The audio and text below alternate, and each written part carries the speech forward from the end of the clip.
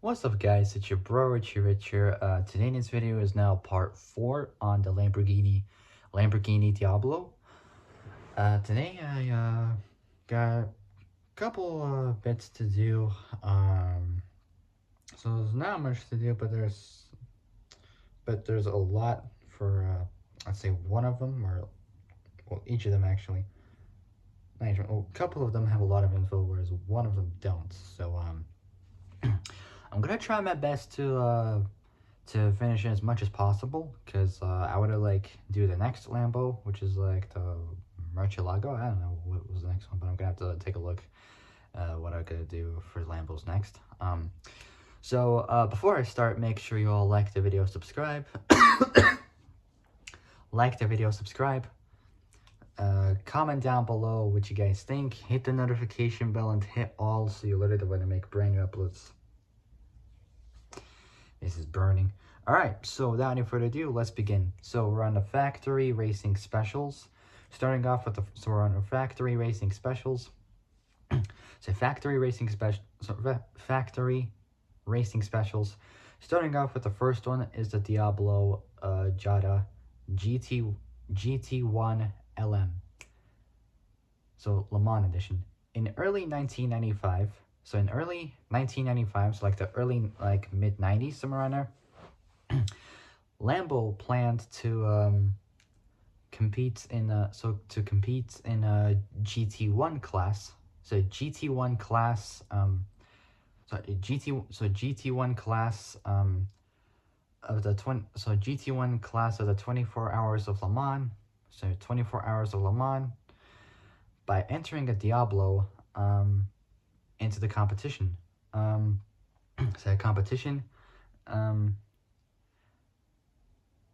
Amos Racing. So Amos Racing in the UK was contracted to develop the car and have it ready in time for the June 1995. So June 1995. June 1995. 24-hour race.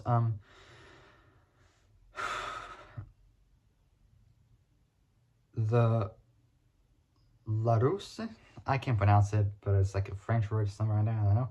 It's spelled LA double R OUSSE.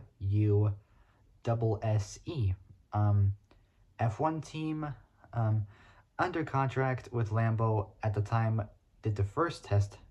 So did the first testing and shakedown on behalf of both Lambo and Amos Racing. So Lambo and Amos Racing. Disputes between the factory and the sponsors. So disputes between the factory and the sponsors led to the project's demise, which was the project's passing or death. Well, I say demise because death sounds a bit vague. I'll be honest with you. It just sounds cold when I say death. Just doesn't sound like. It just sounds odd. I'll just say demise just because it's just a better way of saying it.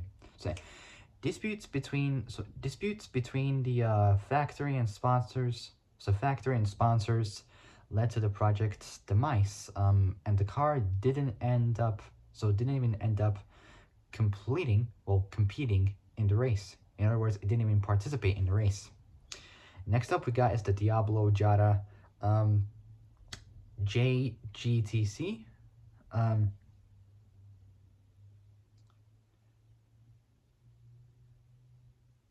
Which is Japan. So all Japan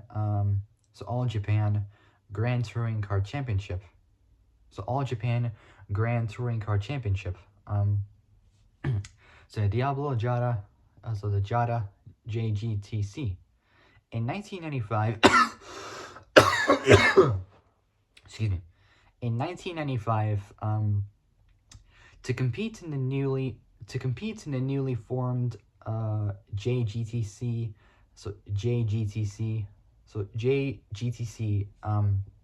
class racing in Japan, JLOC, which stands for Japan Lambo or Lamborghini Owners Club ordered two Diablos. So two Diablos. So Diablos. So two Diablos with competition spec. So competition spec from Lambo, along with at least one street legal. I was gonna say road legal, but street legal is the same thing. So road legal version, well, very road legal variation for homologation purposes. Say homologation purposes.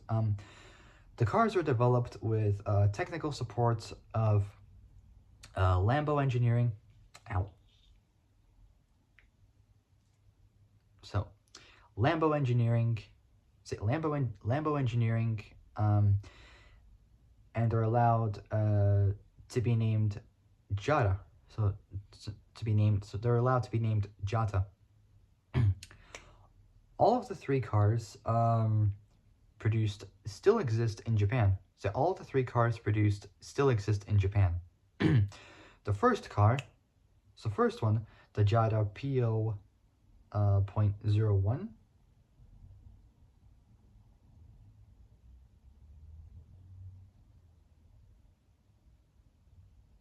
I'll just call it PO1, just a little bit easier to understand.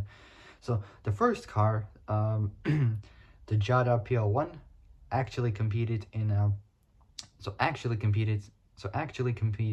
competed in JGTC series racing. So JGTC series racing in both 1995 and 1995 and 1996. So 1995 to 1995, 1996. So 95, 96 seasons. It has a dry sump naturally. So a dry sump naturally aspirated 5.7 liter V12 with MMEC technology, which is multi or multi-mode engine control technology, which is just short for which is short for MMEC. So MMEC. So MMEC. So MMEC technology. Technology which had been developed during the 1991 F1 season. So during the Formula One season in 1991.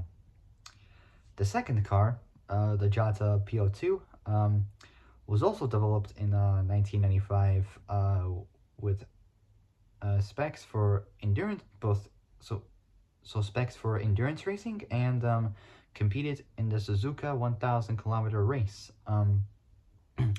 Although it was planned to enter the 24 hours of Le Mans, but unknown reasons prevented it from competing. The third car, the Jata PO3, is the road legal homologation special. So the road legal homologation special. Next up, we got, which I think is a cool one, the Diablo GT1 Stradale. There's quite a lot on this. We got 1, 2, 3, 4. So we got 4 left. All right. So let's do this one. So, the Diablo GT1 Stradale. Following the footsteps of Porsche in 1996 with the GT1. So following the footsteps of Porsche, so Porsche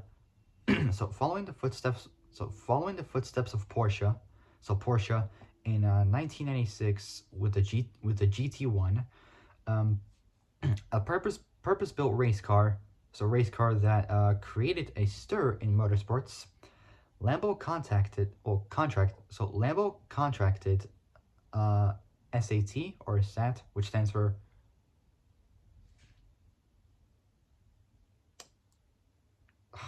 God, I can't pronounce this word. I'm gonna have to translate this. So for words I can't say properly, I have to translate it. So stands for seen as advanced technologies. So seen as advanced technologies. A company based in Toulon. Toulon, which is Toulon, which is which spelled T-O-U, so Toulon.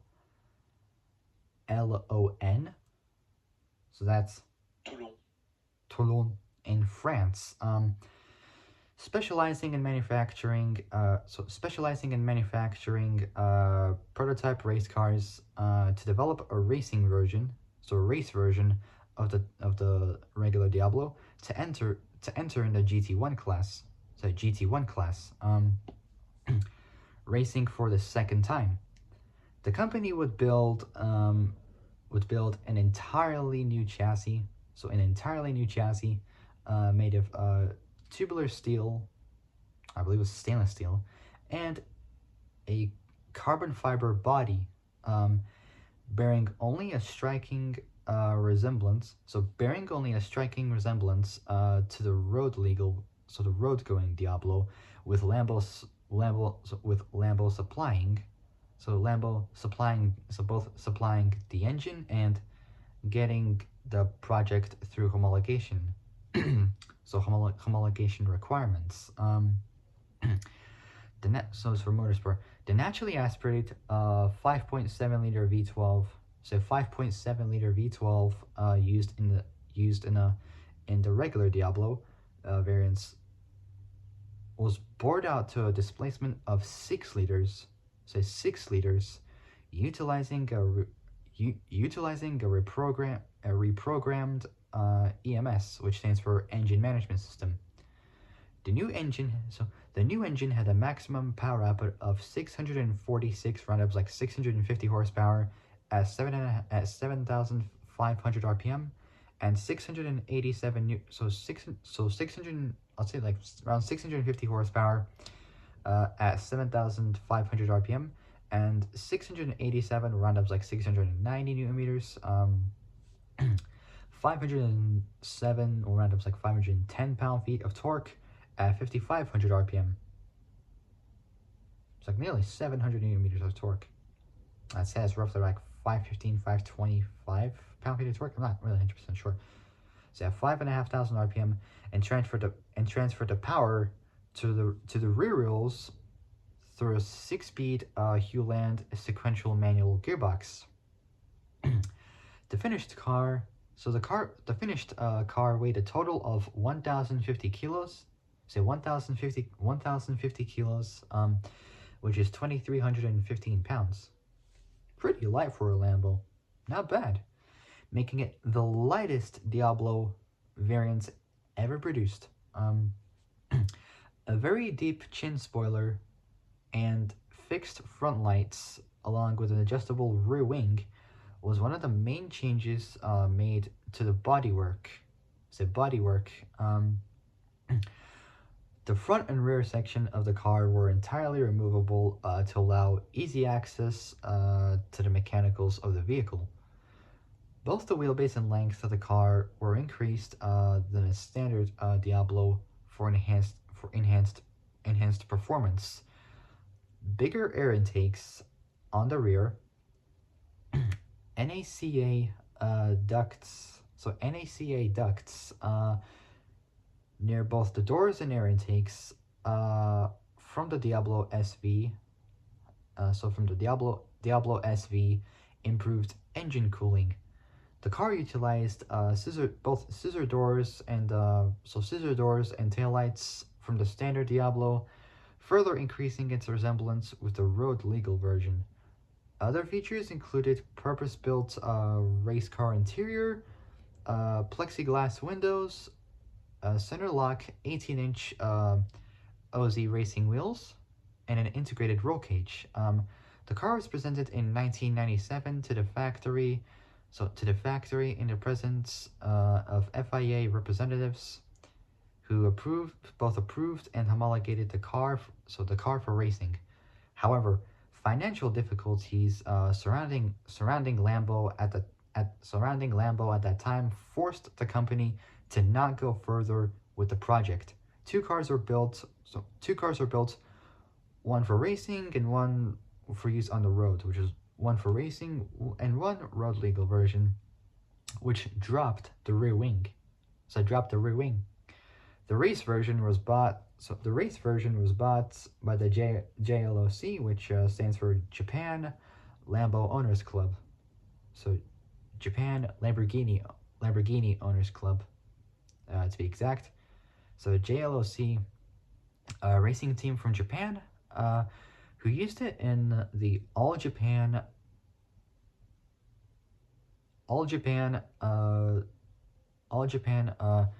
Grand Touring Car Championship, or AJGT, so AJGTCC series. See, AJGTCC series from 1997 until the year 2000, with minimal success. From 2001 to 2003, the race version competed.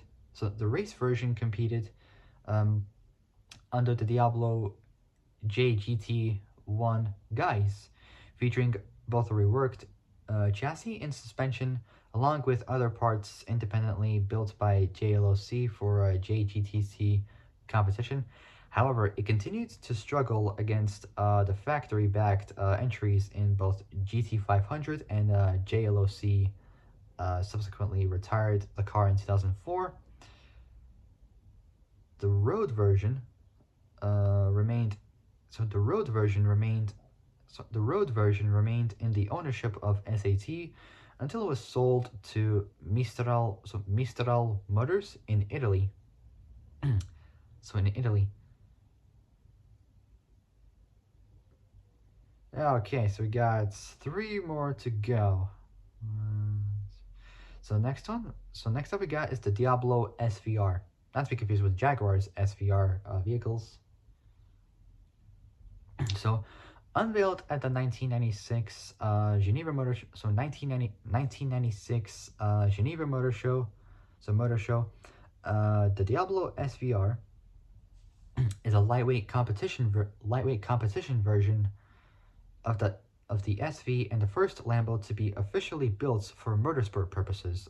As Ferruccio Lamborghini, who's an Italian automobile designer, soldier, inventor, mechanic, engineer, winemaker, industrialist, and businessman who created Lamborghini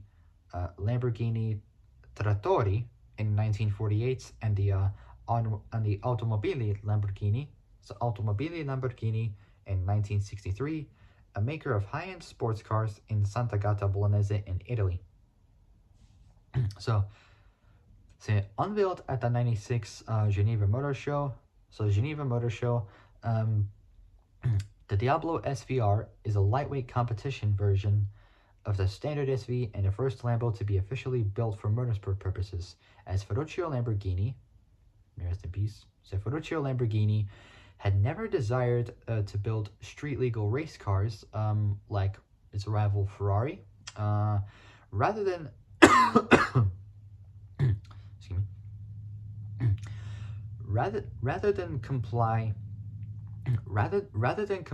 with the requirements for any established racing series, Lambo created its own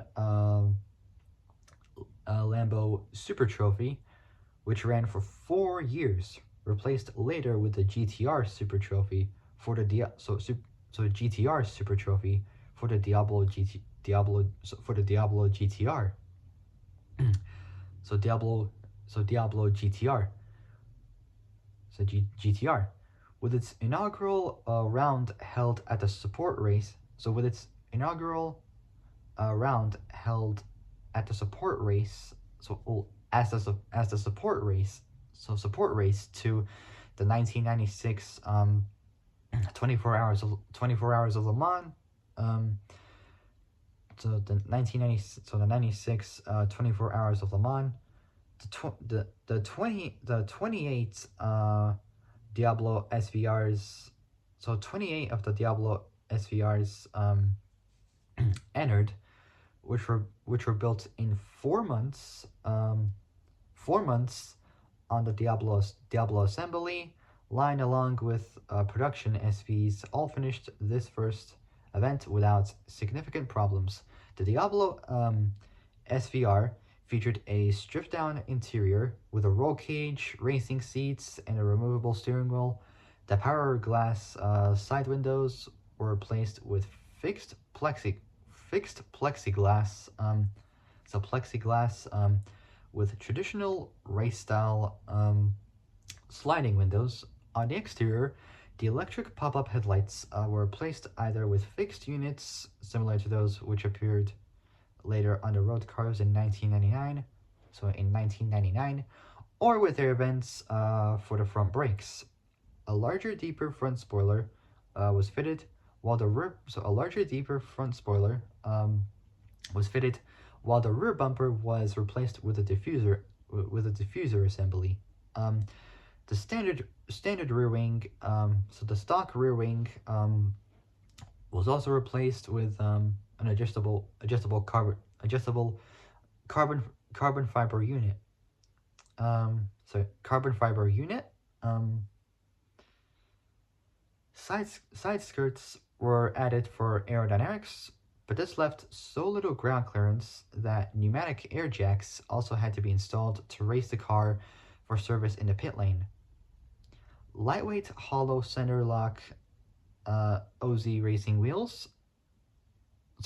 Lightweight hollow center lock OZ racing wheels were used. These were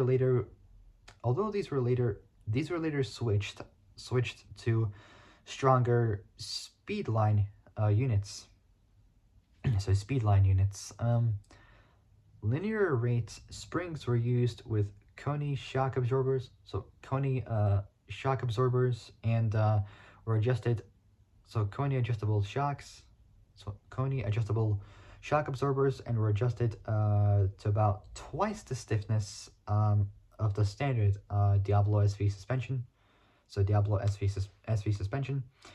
With all mods, the SVR weighed 1,385 kilos, which is around 3,053 pounds, 191 kilos, 421 pounds. Let's say that's roughly around like less than 200 kilos. I'd say 435 pounds lighter than the standard SV model. Pretty good. Under the hood, the standard 5.7 liter V12 remained stock, but was reworked to have a power output of 533 horsepower and 598 newton meters, 441 pound-feet of torque. Well, 600 newton meters roughly. Let's say like that's 445. Say, or 442 pound-feet of torque. I'm not too sure. By means of both a revised fuel system and VVT, variable valve timing, which would later appear on production Diablos. The engine was bolted to a 6-speed manual. Each car sold came with a season's factory support and an entry to the one make series. Both, like all repairs and maintenance, were carried out by Lambo. The series' first title winner was BPR regular Thomas Bischer. I can't pronounce his last name correctly, but his last name is spelled BSC, so BSCHER. Born April 2nd, 1952, who is both an automobile race car driver and banker. It's like a person who works in the bank, pretty much. So he became involved with the business side of the brand in later years. In total, 31 examples. So 31 examples of the SVR were produced. Only a few cars have been modified for road use, including one in the US, which received a Diablo VT 6.0 front clip and was painted with the stars and stripes, which is kind of odd for an Italian supercar, but kind of cool, but still odd. Like if I was you, I would have gone with some Italian colors onto it and make it like third of it like say green, third of it white, and third of it red. It would get like a proper Italian color. That would be kind of cool, you know. See, only a few cars have been modified for road use, including one in the US, which received the Diablo VT 6.0 front clip and was painted with the stars and stripes. All right, so we got two more to go. So the next one we got is the Diablo GT2. Following the success of the SVR in lower class racing, Lambo decided to enter the Diablo in GT2 class racing, um, primarily because of failed attempts in 95 and 96 to enter the famed GT1 class. A new car was developed based on the Diablo SV, so based on the SV, which later became the basis for both the infamous GT and GTR. The car was called the GT2 and it featured a detuned, so a downgraded variant of the 6-liter V12. So 6-liter V12 used in the GT1 Stradale. So GT1 Stradale. The engine had a power output of 600 horsepower. The interior is stripped of all luxuries and featured a racing steering wheel with an integrated digital speedometer, fire extinguisher system, racing cutoff switch, racing cutoff switch, removable engine cover with a quick release system, plexiglass windows with sliding sections, integrated roll cage, fast filling fuel cell system instead of a conventional fuel tank, center locking wheels, and a large CFRP fixed rear wing. Many features of the many features of the car were carried out to the GT, along with later Lambo models, such as the large air intake at the front, removable engine covers, central dual exhaust system, and the engine itself, which was detuned for road usage. The project was scrapped when Audi, who owned Lamborghini, took over the company. So the project was scrapped when Audi, which was owned by Lamborghini, so took over the company. The car was given an update sometime in 2002 and was known as the Diablo GT2 Evoluzione. So GT2 Evoluzione, which included different front and rear bumpers, rear wing from the GTR, and a modified air intake system for the engine. But the car was never entered in competitive racing. And last one we got is the Diablo GTR. After campaigning the SVR, after campaigning the SVR for 4 years in the Diablo Super Trophy, Lambo launched a completely new car for the 2000 season. Just as the SVR was a race-ready SV, the GTR, introduced at the 1999 Bologna Motor Show, was the Diablo GT converted to a track-oriented specification. So track-oriented spec with both power and handling improvements, stripped interior, and weight reduction. So power handling improvements, stripped interior, and weight reduction. The GTR's interior was stripped down to save weight. The GTR's interior was stripped down. So the GTR's interior was stripped down to save weights. The air conditioning, so aircon, stereo, and sound and heat proofing were removed, and a single race seat with 6-point harnesses, Momo fire suppression system and steering wheel, completed uh, integrated roll cage, fixed plexiglass windows with sliding sections, and a newly designed air intake were fitted.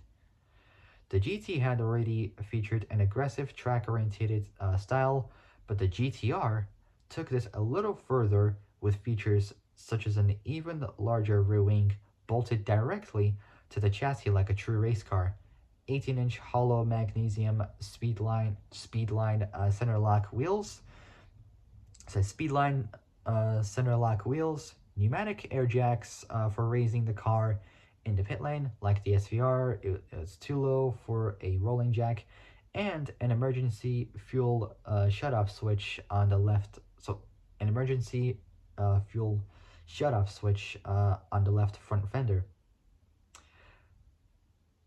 The GTR utilized the same basic 6-liter, so the same basic 6-liter V12 that had made its debut on the street legal GT. Both revised fuel and ignition systems. So fuel systems, ignition systems, individual throttle bodies, dynamic air intake duct system, variable valve timing, titanium connecting rods, and a lightweight crankshaft. Say lightened crankshaft. These improvements allowed the engine to have a power output of 590 horsepower and 640 newton meters, 472 pound-feet of torque. The engine was bolted to the usual 5-speed manual in the rear-wheel drive layouts. Extra heat exchangers. So heat exchangers were added for both the differential and gearbox, for both the diff and the gearbox oil to prevent overheating. So overheating under extreme racing conditions. A fast filling racing fuel cell replaced the standard gasoline tank. So standard gasoline tank or standard petrol tank. The suspension was both stiffened and lowered. So stiffened and lowered, and the racing calipers were installed. 30 cars were initially planned to be produced, but actual production amounted to 40 units, so an extra 10 more than it would have had. So 10 more than when it was initially planned. So amounted to 40 units, and 40 chassis were prepared to replace cars wrecked in racing accidents. In the hands of multiple Australian drivers, champion Paul Stokel, a Diablo GTR, GTR run by Team Lambo Australia. So Team Lambo Australia won the 2003 and so 2004 Australian Nations Cup Championship. So Australian Nations Cup Championships, or the ANCC. The GTR was also raced by Paul Stokel, Luke Yolden, Peter Hackett, and Danish driver Alan Simonsen. Simonsen. In the 2003. So that's the so on the last part now. In the 2003 Bathurst 24-hour race. So 2003 Bathurst 24-hour race. Where after qualifying 6th place, so 6th place would go to finish 8th. So 8th place. So 8th place. So 8th place outright after suffering a number of flat tires throughout the race. Okay, so for my next Diablo video will be a... Wait, hold on.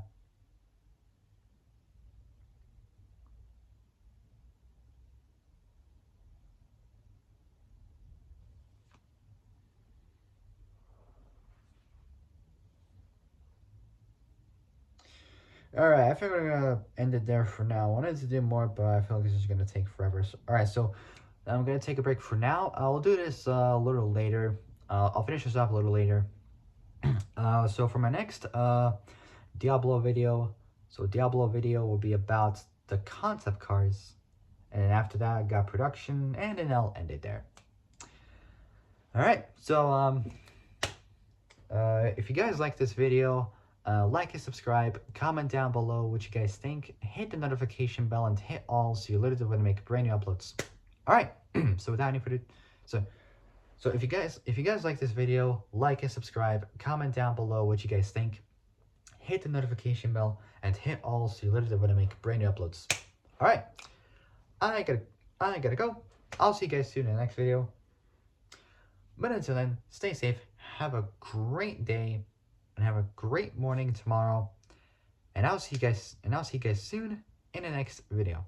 So take care folks, stay safe out there, and I'll see you guys soon. Bye bye.